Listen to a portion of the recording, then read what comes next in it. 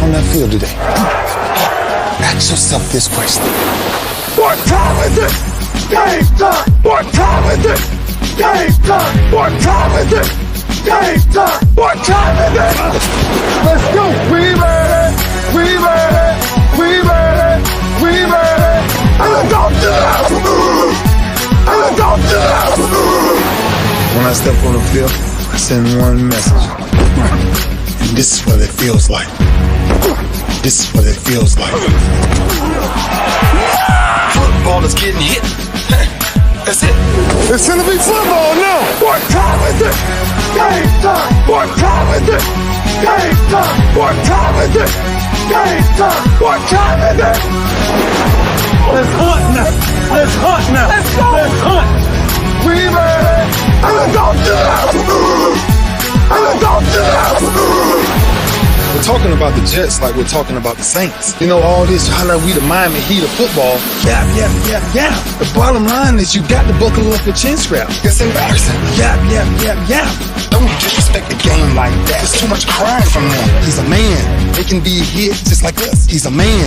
You already make the big money. He's a man. Don't cry when you step on the field, man. That's war out there. When I step on the field, I send one message. This is what it feels like. Oh, my bad, my bad. Your bad don't work in my world. What time is it? Game time. What time is it? Game time. What time is it? Game time. What time is it? Let's go. Let's go. Let's go. We ready. And let's go do that. And let's go do that. It's a wrap. Game over.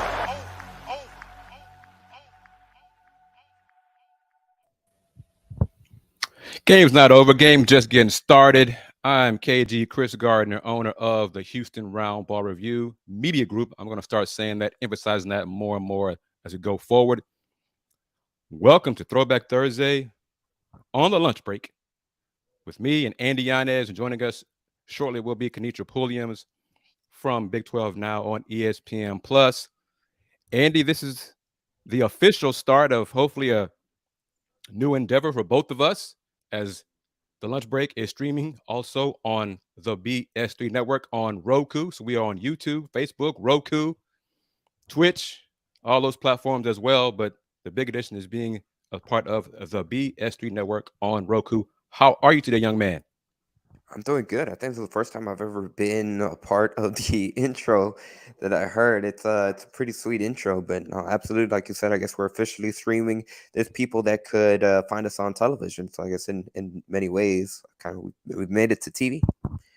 Yep, we made it to TV, and just to be clear, you can watch us from 12 to 1 on Roku live, but then you can also catch us on all the other platforms on demand. I like saying that too. So we are streaming live on Roku on the BS3 network. And of course, the lunch break is powered by JM&E. That's Jones and Media Entertainment. Jones Media and Entertainment, courtesy of our man AJ Jones, he's entrusting us with the keys to the kingdom on Thursdays, and possibly, if we continue to grow the audience and expand, other days of the week in this time slot from noon to 1.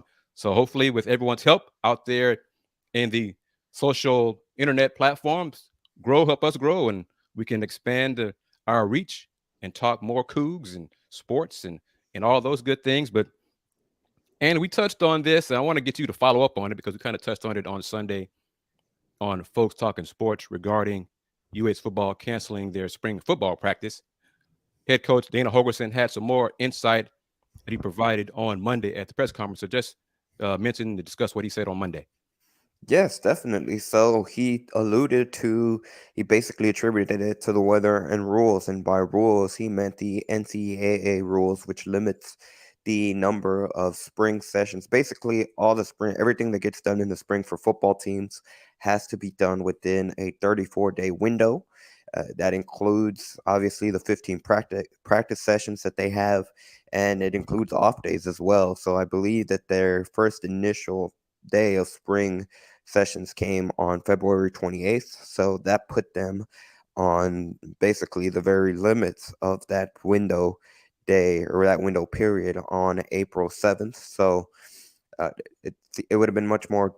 They couldn't have just postponed all the practices for Saturday. Say they would have considered that, because it would have been outside of that window. And then, of course, when it comes to moving everything to the indoor practice facility, he said that the space was limited just in terms of being able to keep spectators.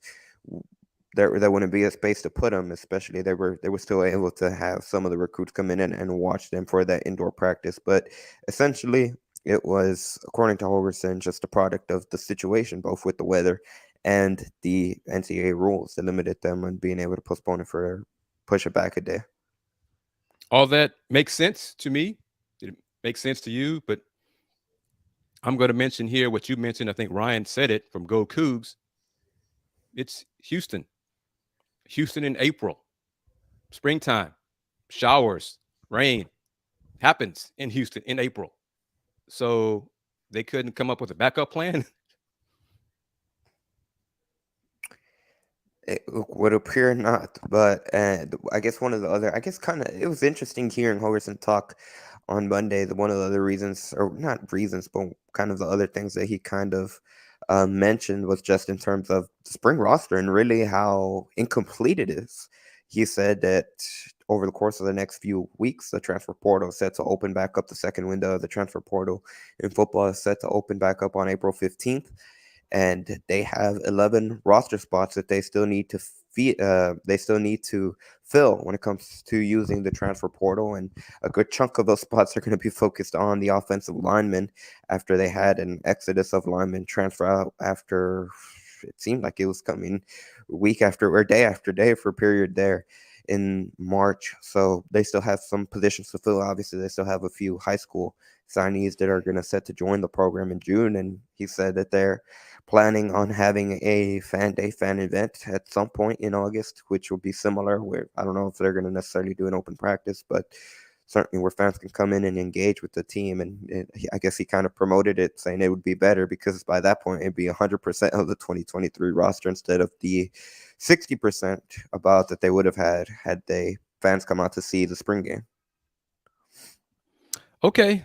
I mean, what else can we do but accept that? And we'll see in August if they promote and plan for it and hype it up and mention it, because that in August, UH will be 1 month into being a member of the Big 12. And we've touched on it so many times on all of our platforms on YouTube and social media. Houston has to do a better job of marketing and promoting, especially as they enter the Big 12. Do you have any reason to believe that things will change between now and then in terms of promotion for whatever that event is in August? Well, I would hope so. You got to hope, especially again, we touched on it in our show, Folks Talking Sports, when it came to the actual spring game in and of itself. It was only promoted, it seemed like, just a handful of times leading up to the event. And that's something that does need to change, especially, again, going back to Hogerson's comments on Monday. He said that he'll put it out there on social media. So hopefully it's more than just one post or a week or two before the actual event in and of itself, but lead up to it, build up to it. And I guess the main priority would be to be able to, obviously the big event for Houston is that they're going to be part of the Big 12. They're going to be competing in the Big 12 schedule, but promote the team in and of itself. They do have a lot of handful of things going for it. Obviously, I think the biggest thing that everyone that follows the Houston Cougars program is going to get drawn to is the quarterback battle. And by that point, it'll be right. Well, they're already right in the middle of the competition, but it'll be training camp. It's going to be who's going to be starter day one against UTSA, who's going to be the receivers. Apparently, Coach Holgerson was really high on the receivers group this year. He said that there's a lot of competition among them. He said, and these were his words, he said that they have the potential to be one of the best groups that he's ever seen when it comes to the receivers. And he said he's coached a lot of good receivers in the past, going back to his days in West Virginia and some of the talent he had in those teams. And of course, the biggest question mark is, how can they bounce back from the 2022 season? And they're in a transition. It's a transition year where you're trying to show not only Houston fans, but showcase the nation that they are indeed a Power 5 program. And it starts with marketing. And that's going to be something that hopefully we see just from the promotion of the team in the next coming weeks and into the next few months. But hopefully we get more details as we get closer to the summer. And reminder, I'm Kris Gardner of the Houston Roundball Review. You are watching The Lunch Break, powered by JM&E on YouTube and on Roku on the BS3 Network. Joining me right now is Andy Yanez from Gallery Sports, and we're going to bring in the awesome, sensational, knowledgeable queen of Big 12 Now and ESPN Plus for Kansas Athletics to get her perspective and probably compare and contrast how things are done at KU for spring football to Houston. Miss Kenitra Pulliams, how are you, ma'am? Hey, Kris. Hey, Andy. How you guys doing? Doing great. Good. Kenitra, has KU had their football spring game? They've had their spring football event. That's better. That's better. As they titled it this year, it's the spring showcase, and it happened last Friday. So yes, it has happened. And how was attendance? What was it like? Describe the event for the audience here on The Lunch Break. It was free. Okay, that's good. Did it rain? No, weather was good. It was outdoors. Outdoors. It was at the stadium. It was a Friday night, just because the season opener will happen on a Friday night. So it was a controlled scrimmage. It was some 7-on-7, some 9-on-9. You could see the new uniforms and then go out and purchase them. And so you just kind of, basically it was the culmination of spring football practice. It was their 15th spring football practice. That's what it was. Was there an announced attendance for the event? No. What would you say in terms of, how lately, in the last few years, how many times has KU done a spring event for football? They do every year. Even when they were bad, awful. Yeah. Andy? Yeah. They do one every year. They try to tie it in. They bring the alumni back. They have a golf outing and try to make a whole weekend out of it. The scoring, it's not your traditional scoring. You have your first team offense versus your second team defense, and vice versa. And then you get, +1 for a good play, -1. So, I mean, the score was like 12-0 was the final score, but that doesn't really say who won, because there really wasn't a winner. It was just kind of like, hey, here's what we've been working on. Here are some of our new players. Some of the key players were held out. Kenny Logan, for instance, he underwent surgery. He didn't take part in spring football whatsoever. Starting lineman, center Mike Nowitzki, nicknamed Dirk, obviously. He spent the entire game up in the broadcast booth working on his career after football. So, you didn't really get to see what you're going to see in the season opener in the fall. Sure. Tony M., as a Coug follower and supporter, what are your thoughts on what Kenitra just said about Kansas football has had a spring event every year? And yes, it is some shade, but KU football has not been great every year up until the most recent years, correct? Or even good, competitive, right, Kenitra? That's fair. Okay, I'm just putting it out there for Coug fans, and it's a way to showcase, introduce, and connect with your fans, and just help them. Hey, these are our players for this year's team. Get to know them, and that's what it's about. It's not winning or losing. It's just another way to promote your team, your players, and get them excited about the upcoming football season. Would y'all agree with that? Get a head start on season ticket sales. It's just kind of generate some buzz, and so what? Instead of just full game, it was a glorified spring practice that was kind of post-produced to put a pretty bow on it, and then it did not air live, is what I'm going to say. Okay, that's another question I was going to ask you. But Andy, do you have any questions for Kenitra before we get going further into this? No, any question? I was looking up, and she'll get right into. She very specifically, it didn't air live, but she'll lead on to that. But just hearing her describe it, it sounds pretty similar to the football event that Houston had last year. Again, it's kind of like a culmination of the spring sessions. It's not necessarily a game; it's much more. again, pretty similar controlled. They run different situations, whether it be 7-on-7, 9-on-9. And again, sounds pretty similar. I'm not sure if Houston has ever sold merchandise at the spring events. That's the thing that stood out of differences. Well, that's a missed opportunity if they haven't, and they should going forward. I mean, Andy, we have merch now for Let's Rage Cougs. We're going to push that more and more every chance we get. So why not do that same thing for UH football? As Tony says right here, UH needs to build their brand up, even if we do expect losing. Yes, you have to give fans a reason to care about the program. Because Andy, where would you say right now that the fans are? The fans more apathetic to this coming season in football, or they care enough, but they just expect a lot of losing? Second, it's definitely the second option. I think there is certainly, I mean, there's obviously buzz because they're going to be moving and making that jump into the Big 12. I don't think it's necessarily at a point where there's apathy around the program. I think it's much more so frustration would probably be the, maybe not the exact word, but obviously there's I saw something on the other day on one of the forums where they said they would consider it a good season if Houston went 5-7 in their first year in the Big 12. So I don't know if you could. Obviously, that's just a microcosm. That's one individual, but it's much more kind of, I would say, wait and see, because there is excitement, there is buzz around the program making that jump into the Big 12, but it's very much they're interested to see how they can compete. And I guess really much more they're trying to get a true gauge of where they stack up once they do indeed join the Big 12 conference. Because, I mean, if you look at the non-conference schedule, the last few times that they have played Big 12 opponents, it hasn't worked out in the favor of Houston. But this is, like I said earlier in the show, this is very much indeed a program in transition, not only from making that conference jump, but in the roster creation in and of itself. And I think also what's different as far as geography is the size of the city of Houston versus, say, Lawrence, Kansas, say Morgantown, West Virginia. Also, there's so many different options on how sports fans can spend their recreational dollars in Houston. Sure.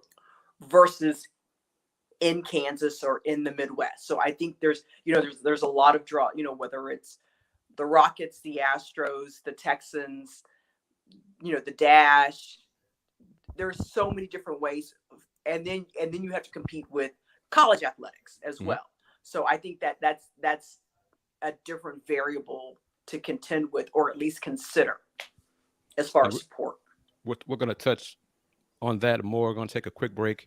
Reminding everybody, you're watching The Lunch Break here, powered by JM&E on the BS3 Network. This clip, love this clip. Cole Sports, it's for you, Cole. If you're looking for a sports program that gives you the flavor. Washington Commanders? Really?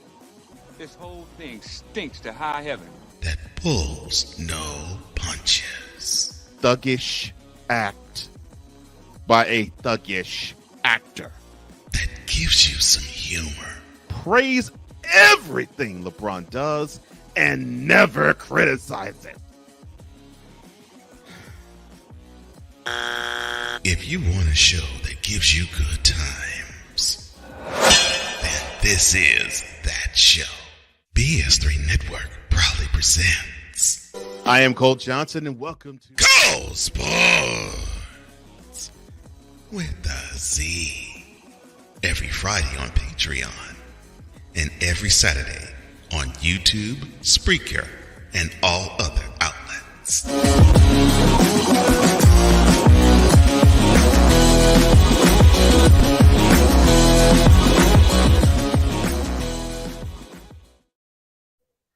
I love that. And Cole, I hope you're still tuning in to us. We need to talk, you, me, and Andy, so you can put together something for us here on The Lunch Break. Because Kenitra, in case you hadn't heard it at the beginning, Throwback Thursday, this is going to be our time slot going forward. Hey. So, yes. So if you can be a part of that, we'd surely appreciate it. Get that other perspective from the Big 12, as we are now going to be members of the Big 12. Yep. But Andy, what Kenitra said makes sense. It's legit about Houston as a pro town. We know that. It's not a college town unless you're the Longhorns or the Aggies or in some cases Or LSU, your winning program. or winning. But at some point, Houston has to stop using that as a crutch. It's reality. It's not, but UH for too long, they just accept that and say, oh, well, we're not what can we do? What should we do? They do nothing. They don't do anything. They put little to no effort in promoting their product, promoting their sports, promoting their teams. That's not going to work in the Big 12. I'm sorry. As Coach Sampson has said it, Andy, you've said it, and Kenichi may have heard him say it a few times. It's a play on the famous phrase, if you do the same thing and expect different results, you're a fool. I mean, they got to do something. They got to change things for the better. So to tie it all, put a bow on it. Andy, July 1st is official start for UH in the Big 12. Have you heard, seen, read any plans for an event to announce that for the fans to be a part of? That's a big deal. 30 years, however long it's been for UH to want to be a part of a big time conference that's not about to happen. They should do something about it. Promote it. Have a party. Have an event. Have it at Fertitta Center. Something. What do you think? That sounds like a great idea. And as of now, as of April 13th, I have not heard anything close to that. Kanisha, what do you think about that? Yeah, absolutely. When you invest in the promotion of your product, why should someone else believe in your product, athletic department, university more than you believe in it yourself? And so the powers that be, whether it's the Board of Regents, whether it's the athletic department, whether it's the creative team within the university, there is a missed opportunity if they don't take advantage of that. Yeah, have a part. I mean, you see kind of what UCF did this week, just kind of with their social media department, showing them sewing the Big 12 logo onto the football uniform. I mean, that's the least you could do. So like, yeah, you have to brand yourself and promote yourself. You have to, what did Houston's own Yolanda Adams, you have to encourage yourself. Yes. So like, so that's the thing. If you're just kind of like, oh yeah, we're here. Okay. If you want to blend in, that's fine. But if you want to stand out, you have to make some noise. Agree, because if Houston doesn't promote itself as an athletics, Houston Athletics, why should we? I mean, why should we spend time? Andy, I think Tony, you're a loyal supporter of all of our shows and platforms. We, for the most part, and they say others, Goku's as well, but we promote UH more than UH, more time than not. And we don't get paid for it. So, I mean, what do you think about that, Andy? I just, you know where I stand. I won't comment on that one. I guess that's subjective. I've let Tony M and other people that have followed along comment on that aspect. But I mean, just thinking off the top of my head, I looked at it. So July 1 is when it becomes official that Houston joins the Big 12, correct? Mm-hmm. That will be on a Saturday. Right. Wouldn't it be really cool? And this is just me jumping, like a thought that popped in my head. It would be a Friday night going into Saturday. They had like a New Year's Eve type of event, invited people over, I don't know, to TDCU, Fertitta or wherever, had a countdown. And when it officially turns midnight and it's July 1, hey, we're in the Big 12, we're a Power 5 conference.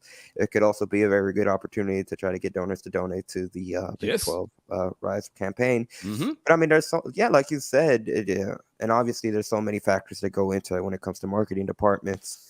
When it comes to, again, like, you don't know who's making the final say, whether it be the Board of Regents, whether it do be the athletics administration, the athletics department, what kind of factors go into it. But there's so many ways where you could just have fun with it. And again, it's something that as a university, since the Southwest Conference disbanded and that it's kind of been Houston trying to get into the journey, the Houston, I know John Rothstein always says that for Calvin Sampson, it's kind of been a redemption arc for Houston trying to get back into a quote unquote Power 5 conference.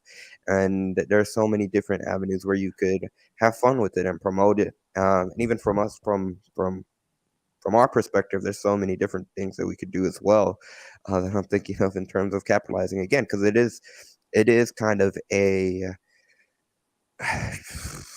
it's a celebratory occasion, but it's something that, unless if Houston eventually joins the Big 12, Big 10, or SEC, you're not really going to have an event Right. again. Yeah, I mean, Go ahead. Kenitra. Why not bring in, notable alumni of the University of Houston to do a promotional campaign? Akeem Olajuwon, Jim Nance, Andre Ware, just to get the fervor up surrounding, like, hey, we're coming, hey, Big 12, whatever, just to, and so you embrace those who have come through the university and the athletic department, as well as, putting a face and promoting the brand on a national scale, and just be like, okay, they're not just, a little brother trying to sit at the big table for Thanksgiving dinner, and you're just happy with crumbs. Because it looks, and it'll look worse when UCF, Cincinnati, BYU do things to announce they're joining the Big 12 if Houston doesn't. You got to stand out. One thing I'm learning, put this up from Tony M as well. Get Paul Wall to do something about joining the Big 12 on July 1st. Bun B, there's a whole, man, Houston got so many celebrities and great restaurants and fame. The ultimate, get Beyonce or Lizzo. Went to Houston, went to UH.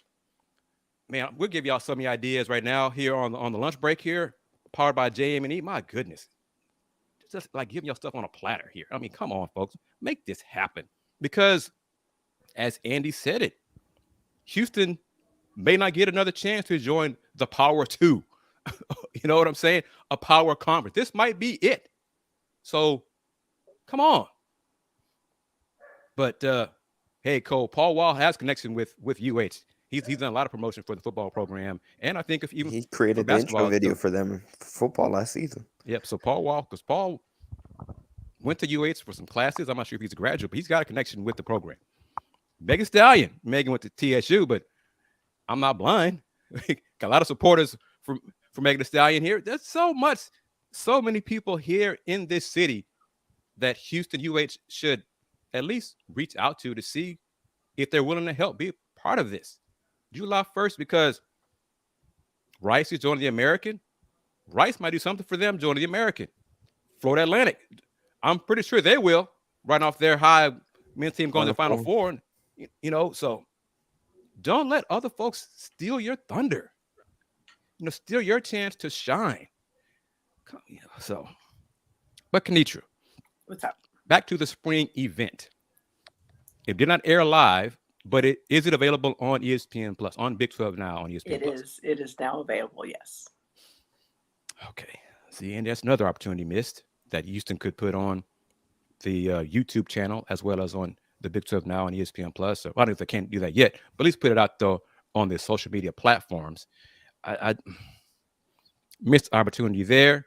And Big 12 Football Media Day is in July. What is it? What is it, Andy? What I sent to you? 12 and 13, I think. 12 and 13? 14.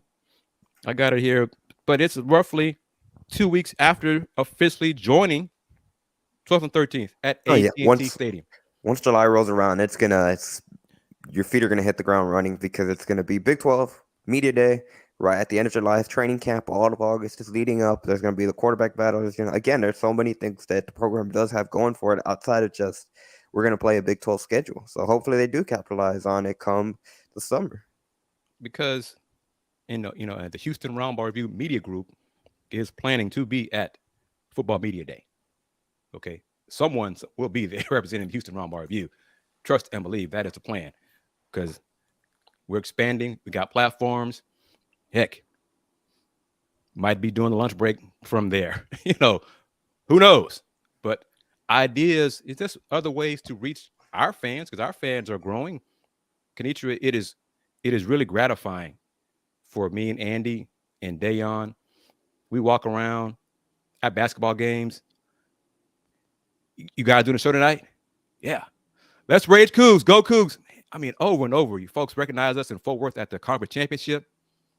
That is just, it is so awesome to see that our work is paying off and be recognized. And now going to the Big 12, I'll say this. I'm not sure Houston's going to capitalize on it, but we're going to. We're going to put forth every effort to capitalize on UH joining the Big 12, because I got some interview plans in mind for some pretty high up folks in the Big 12. Just saying, I'm putting that out there right now. But Andy, what are you going to say? No, I was just going to add on to your point about the conference tournament in Fort Worth. I was at a CBS and I had someone come up to me and again acknowledge from the show, recognize me from the show, showed me on Twitter, which obviously you see a lot of these accounts on Twitter. You don't know the faces behind them. So it's just an awesome experience all season long to be able to connect with people that tune into the show and they know you for something that you've created. It's awesome. And I've said it many times on Let's Rich Cougs, but never be able to say thank you enough. And AJ Jones he's part of our growth and who we are, and he's helping us to continue to grow. Because when AJ invited me to be a guest on the lunch break 3-4 years ago, whatever, I noticed how he did his show in the streaming platform, and then I saw how he did it.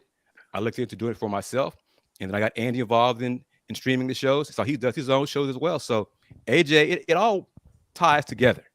And getting Kenitra to be part of the shows now, meeting her at the Big 12 basketball tip-off, and she's been so kind to join us when she can on the lunch break here. And we'll try to continue that relationship as well going forward. Now that Kansas and Houston will be in the same conference. Let's talk about Commissioner Brett Yormark. He had an interview that was posted a few days ago. One of his goals is Big 12 Mexico. Kenitra, have you heard anything about that? And do you have any more specifics about what that could mean? No, I haven't heard any of the details. We did have a chance to talk to the commissioner during the NCAA tournament in Des Moines, just about his vision, what the past kind of 7-8 months have been like for him since taking the helm, of the Big 12. I mean, he was here in Kansas City for the Big 12 basketball championships in March. He caught a lot of heat from the media because he relocated the media upstairs.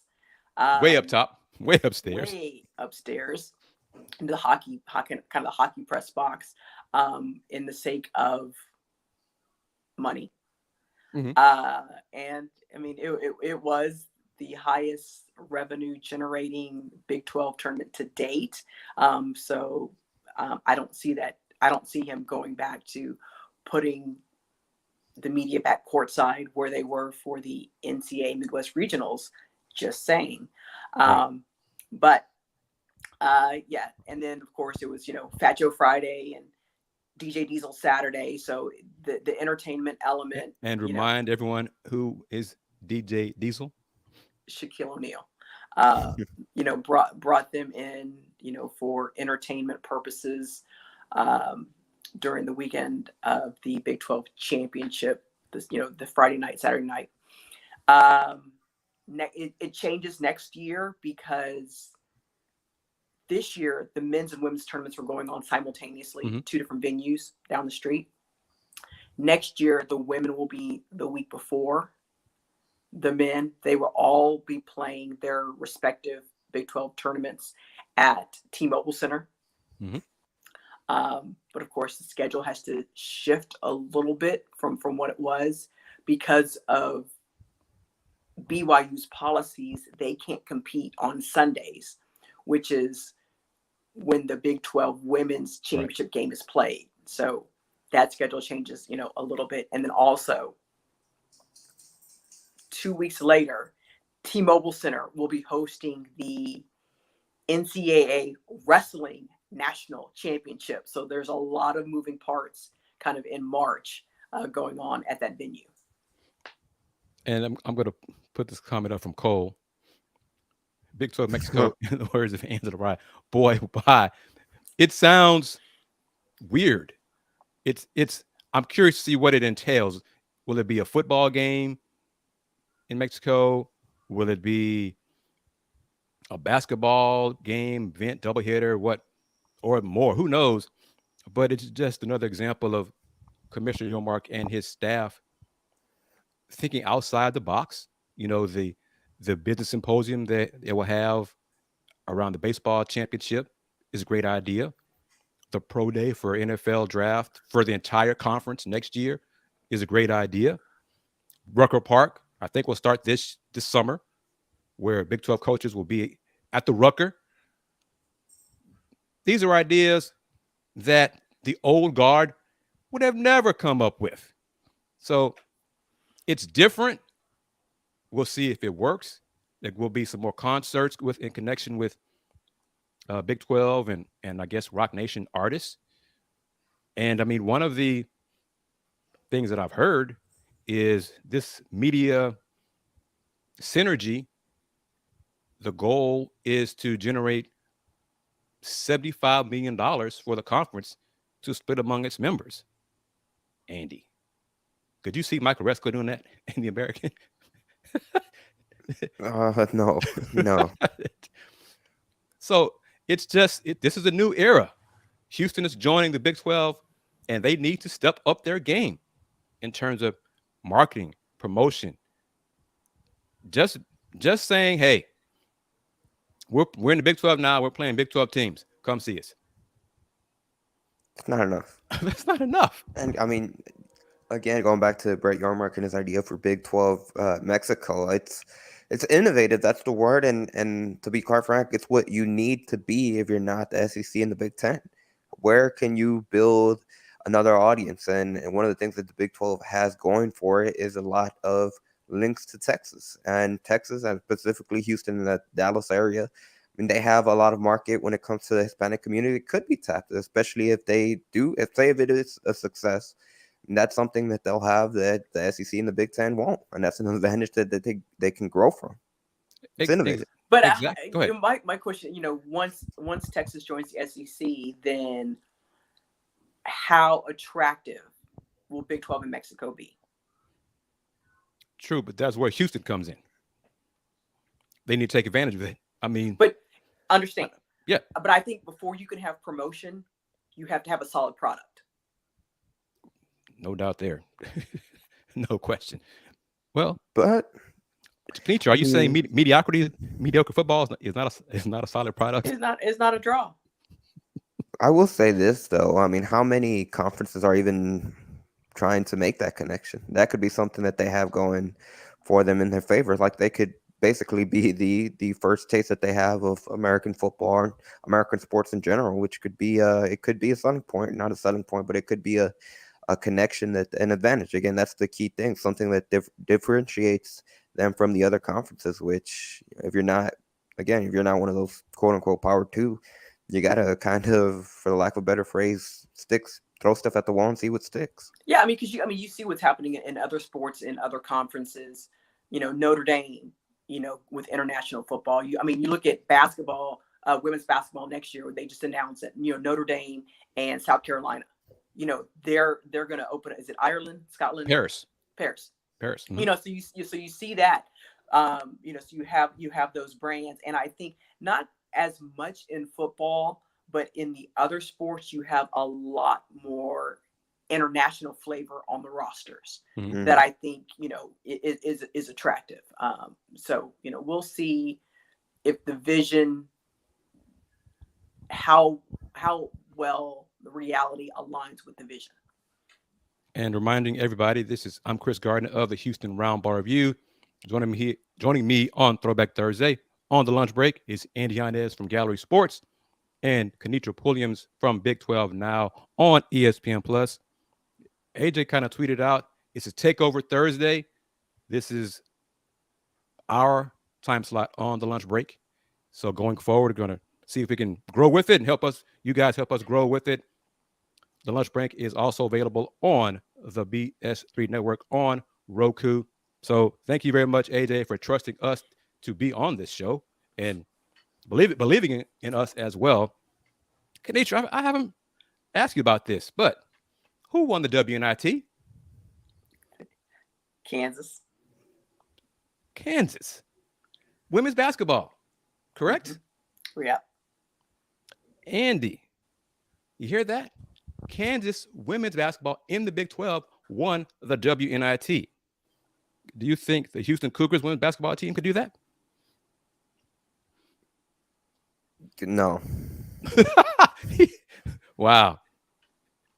He didn't take any time with that answer. I mean, he didn't say, well, if this, and this, yeah. Point blank, period, no. Oh, wow. All right, Andy. Care to elaborate on why you feel that way? The proof is in the pudding. I know they made it the Sweet 16 of the WNIT in 21 or 22. Yeah. One of those seasons, but I mean, there's nothing that you could, for me personally, there's nothing that you could say they could have made that run, especially to be able to have to beat a team like Kansas if they were to get in a championship. I just don't see it. A question for you, Kenichi. What was the crowds like for KU? They built. No, they at first, it was tough because it was going up against the NCAA tournament. Mm-hmm. But then, once the KU men lost to Arkansas, then all of a sudden, hey, the schedule opened up, and they did a really good job of athletic director, players, everyone being engaged and being intentional in trying to get attendance up, because attendance, isn't what they would have liked. It's, I think Allen Fieldhouse 16-3. Mm-hmm. So to the semifinals. Really? Wow. Yeah. Okay. Semifinals and the finals. KU was fortunate. Every game they played was at home during the NIT tournament. So they didn't have to travel at all. And so they did a really good job just getting the word out, promotions and giveaways and t-shirts and attendance, and hey, first 200 students getting free, so they did a lot, just to generate that buzz. And the players, the coaches, everyone within the program was very appreciative and acknowledged the fans and their support and the momentum and that energy that the fans generated at the field house, and what that meant as far as helping the women, secure, because they really thought that they were going to be in the NCAA tournament until their showing in the first round of the Big 12 tournament, losing TCU, and that thwarted all hopes of making the NCAA tournament. So, I mean, they did, next best thing. Hey, you still got a chance to play in the postseason, go win it. And they did. And Coach Snyder, did he get a new contract yet? He got one before the season. Last season, he was Big 12 Coach of the Year, and he got an extension then. So another program better than the Cougars going into the Big 12. But I digress. And KU's best player, is she coming back? Twin, they're all coming back. Two of their players, Zakiya Franklin and Holly Kerskeeter, they went through senior day ceremonies, and they all, we thought that they were going to leave. But after they win the NIT, Zakiya and Holly Kerskeeter and twin Tiana Jackson, they all announced that they're coming back. They're using that fifth year of COVID eligibility, and so they're all coming back. Shucks, I think the only player who announced that she's leaving is Iona Hontaleonte. One of those international players, and she's from Greece. She's been injured most of the year, so she announced that she's entering the transfer portal. But other than that, they're all coming back. And then, we saw the emergence of Yvette Mayberry. She transferred in, this season, and also a lot of people. Tulsa, I think. Yeah, they're one that they're very high on. A high school player here. Oh, she cut out. Mission West. There we go. Okay, she's coming in and out. Well, let me just say this. Tiana Jackson, Andy is 6'6". There we go. Yes, Tiana Jackson, and then double doubles all over the place. Just double doubles everywhere. She's a double machine. And then Samaya Nichols is the high school player that, very high on, and so she's joining the program, for next season. So Andy, I said Tiana Jackson is 6'6". She's coming back for Kansas. Currently, do the Cougs have anybody in their roster taller than 6'6"? Yeah, taller than 6'2". I know you're gonna pull up the comment from Cole Sports to get your thoughts on which one? The most recent one? Yes. Kris, I know you don't believe that. Your armada can only go up from here. Well, for the most part, Eventually. he's not wrong. I mean, women's basketball at some point will get there. At some point, might be the time Andy gets me my age, but it's just not promising in that realm yet. And it's not a personal attack on Coach Huey, great man, but results. 9 years, 0 trips to the NCAA tournament. And now you're going to what I think, and I think you as well agree, is a better conference for women's basketball. So, I mean, I don't really have a lot of hope in Houston women's basketball going to the tournament next year. So that'd be 10 years in a row. What are you waiting on? What seriously? That's the thing. It's much more about the history in the past few seasons. But I hope we're wrong, and I hope Ron Hughes can rub it in our faces. Yeah, I look forward to that. If he does that, and if he comes up there with the trophy, or they get the bid, and he turns to me and points at me, heck, flips me off. I don't care, and says, "Hey, I told you we get it done," and I'd say, "Yes, you did," and then I would say, "It's about damn time." But prove me wrong. Please prove me wrong. But we shall see. But my goodness, kudos, congrats to KU women's basketball for winning the WNIT. Kenitra, men's hoops for KU. Grady Dick is projected. Has he officially entered the draft? Okay, so that's official. He's a lottery pick. Yes. Projected. So is Jarris Walker for Houston, lottery pick. Are you surprised that Jalen Wilson is, I guess, second round projections? Does that surprise you? Big 12 Player of the Year? No. I mean, just because the KU's had many Players of the Year who their game doesn't exactly translate. I mean, Jalen has put in the work to improve his shot selection, his leadership, his 3-point shooting. He was another kind of double machine. Mm-hmm. Led the Big 12 in rebounding and scoring, averaged 20 points a game.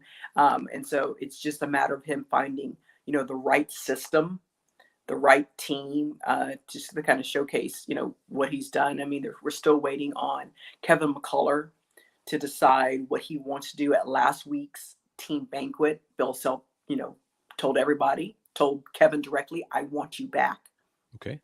But I understand if you have to do what's best for you. So I think he's going to go through the process just to kind of see what scouts say, just about his future. He needs to be a more consistent scorer. His defense is elite. Yes. But he just needs to develop more offensively. But yeah, KU's team is going to look dramatically different next year. They have more players entering the portal than they have returning. Really? Who else is in the portal? Where do we start? Let me just tell you. I'll tell you who's coming back. Okay. All right. So KJ Adams, from Austin, who played the 5. He'll probably play the 4. And DeJuan Harris. Those are your 2 starters who are coming back. The other 2 scholarship players who are coming back, Zuby Ejiofor and Ernest Uday, 2 freshmen. Okay. That's it. Is that it? That's it. So that's 4. 4 scholarship players who are coming back. Andy, I hope Coug fans are watching. Tony M and tell you Coug fans as well. KU has 4 scholarship players as of right now, April 13th, returning. Andy, the Cougs have how many players returning as of right now? Well, all of them except 3. I guess we could do the reverse. We can just tell you who's not coming back. So again, the sky is not falling. And the Cougs announced officially the signings of 4. Damian Dunn and LJ Cryer. Kenitra, what are your thoughts on it? LJ Cryer transferred from Baylor to Houston, but staying in the Big 12. Yeah, Houston kid, so I can see that. I really thought he was going to stay in the Big 12. I thought he was going to end up at K-State, and be reunited with Jerome Tang, who, recruited him when he was at Baylor. So, but I'm not surprised that, he's going there. It's all, in this day and age. I think that we've seen the end of entire recruiting classes staying together for the duration, or staying together, maybe not 4 years, but at least 3 years. I think that's over and done with. It's a revolving door, because if you're good enough, you're going to go pro early, or if you're good enough, somebody else is going to want you in their program and willing to put up the money to lure you to their program in the NIL day that we're in. Right. So, and in these closing minutes of the lunch break, this is the Houston Roundball Review Takeover, officially here on Throwback Thursday on the lunch break, courtesy of AJ Jones. Cole Sports, thank you for this very much. We appreciate it. That's kind words coming from Cole.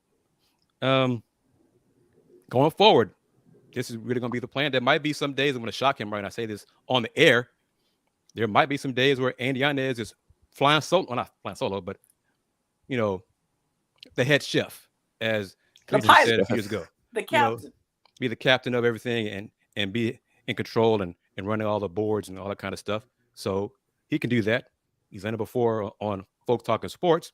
Creature, we are at your whim. So whenever you are available and have time to join us on the lunch break, the invitation is to you, is extended. It. So thank you as always for your insight. Let's see if there's anything else I want to touch on. Anything surprise you in the play-in so far? Either one of you? I was going to say, when Minnesota, it looked like they were going to cruise to victory, and then they completely collapsed and choked in the fourth quarter. So I guess Lakers, definitely the Lakers were able to ultimately win that game. The Thunder, I think the Thunder, man, the sky's the limit for that team. And they're missing their top pick this past year, and they're still going to get a chance to compete to get into the actual playoff tournament. I mean, the future is really, really bright for them. What are you going to say, Kanichi? No, I was going to say, they've been, really, really good games. They've been competitive. And, everyone thought, oh, yeah, no way the Hawks are going to beat the Heat. No, absolutely no way. And then it's just like, well, so is Quinn the answer? I mean, so far so good. Well, as long as Trae Young is happy, we'll see how long that lasts for the Hawks. But let's answer this if we can, these last couple of minutes. Why do the Lakers are like playing with teams? It's who they are. They weren't playing with Minnesota. They just couldn't stop Karl Anthony Towns. and one issue I noticed is Kyle Anderson beat LeBron off the dribble. Okay, slow-mo. That's a problem. A basic dribble drive into the paint, and LeBron couldn't stop slow-mo. So the Lakers' defense has to get way, way better. I mean, they got good offensive players, but at some point, D'Angelo Russell has to produce something. Yes, he has to produce. So they got pieces. I could see. AD look good. Stay healthy, be consistent. A lot of those things. But Timberwolves, Karl Anthony Towns was good, but down the stretch, he didn't take advantage of the short guys in the post. It just looked like Minnesota. I don't know if you could call it. It seemed like no one wanted to. No, they just didn't. No one wanted to take control of the moment and carry Minnesota over the hump. There was a stretch there towards the closing possessions where they just passed the ball too many times and no one took the shot, and it ended up being a rushed contested jumper. The way Karl Anthony Towns played in the first 3 quarters of the game, it was night and day difference from that fourth quarter. I don't know if the offense just flowed. They went from, like you said, Chris, being able to beat the Lakers off the dribble, attacking, creating open shots for each other, to passing the ball up and taking last-second hues as the shot clock was expiring. And that was a big reason why they struggled. They put up 12 points only in that fourth quarter. And, I mean, let's be honest, if the referees don't call that ticky-tack foul on Mike Conley to at the very end, they would have lost in regulation. Yep, salute to the old man for making those 3 clutch free throws. But Anthony Edwards had a horrible shooting game. Okay, horrible. Oh, yeah, he was. But down the stretch, he let that impact. He didn't even try to attack the basket anymore. Oh man, just because your outside shot isn't falling doesn't mean you can't drive to the hoop and get fouled, go to the free throw line. But live and learn for the youngsters. Rudy Gobert, they didn't really miss him offensively for sure. Mr. Punch and Mr. I'm sorry. Boy, I mean, that's going to be interesting on Friday. I mean, he plays, and I mean, I think Oklahoma City is going to beat them. I don't know. We'll see. It'll be interesting to see that dynamic. Well, do you think they have the best player in the game? No, I think Shea, SGA. The first 3 quarters of Karl Anthony Towns is the best player on the court, but the question is, can he do that for all 4 quarters? Because if he would have been that cat in the 4th quarter, Minnesota would have beaten Los Angeles. I think Anthony Edwards isn't going to go 3 for 17 again, but I don't know. There's just something about it that I think I'm picking Oklahoma City. I think they'll just find a way to win, close out seconds. Because, I mean, the Thunder are far from perfect. They could very easily lost yesterday against New Orleans, but something about where Minnesota's heading, they're going to have negative momentum. So we'll see. We're going to close it out. So real quick, if we go to Sybil Wilkes to wrap it up, Kenitra, how can folks find you on social media? At K Williams on Twitter. It's the best place to find me. Andy, how about you? How can folks find you? Ayanez _5 and Potsdam and Jam on YouTube. That's much more important. We're really, really close to getting to 1,000 subs. Excellent. I'm Kris Gardner of the Houston Roundball Review. Catch me on Twitter at @TheHRReview, HoustonRoundballReview.com, Houston Roundball Review, Instagram, TikTok, and YouTube.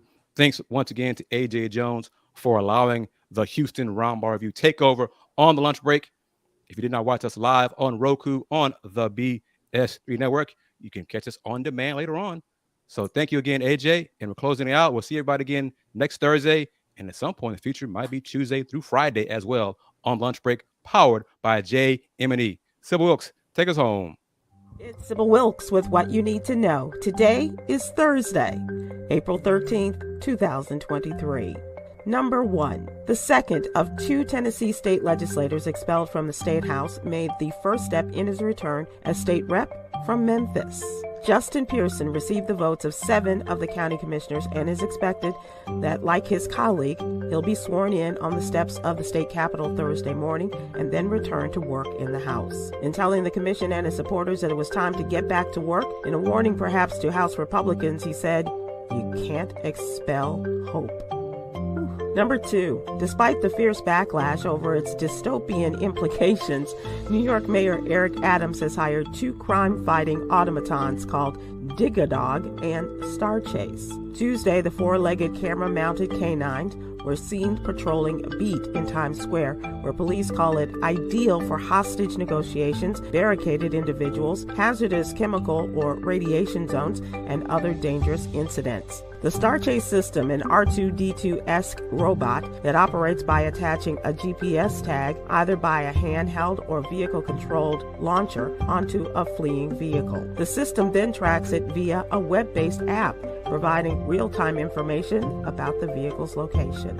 Number 3, Shameller Davis discovered a serious problem with her heart after giving birth to her second son. Her blood pressure spiked during delivery and it was hard to stabilize her. A cardiologist diagnosed Davis with postpartum cardiomyopathy, a form of pregnancy-related heart failure coupled with hypertension. Davis started medicine and changed her diet to help her with high blood pressure and monitors it daily, and thankfully is not considered to be in heart failure. Number 4, every year, thousands of black youths and women go missing across the U.S. at a disproportionate rate, with their cases often overlooked and failing to grab national headlines. Senate Bill 673 in California would create the Ebony Alert, a public alert system similar to Amber and Silver Alerts, which would help find black children and women who've gone missing. State Senator Stephen Bradford, who is black, introduced the measure and says the new alert system would ensure that resources and attention are given to eliminate implicit racial bias in cases involving missing persons of color.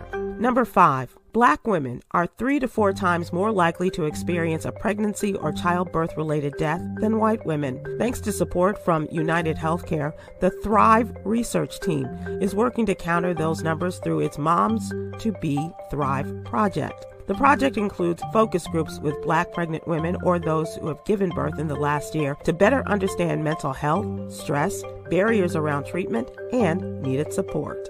Here's your daily inspiration from Yogi's Jewels. Showing gratitude can transform a relationship. Join me tonight and our partners from the American Heart Association as we check in and check up on this Black Maternal Health Week. Joining us will be Erica Campbell, radio star and gospel artist and mom of 3, as well as American Heart Association medical expert Dr. Carol Watson. That's at 7 p.m. Eastern, 6 p.m. Central, YouTube and Facebook Live. Thank you to our What You Need to Know partner, the American Heart Association. I'm Sybil Wilkes. Be informed, be empowered.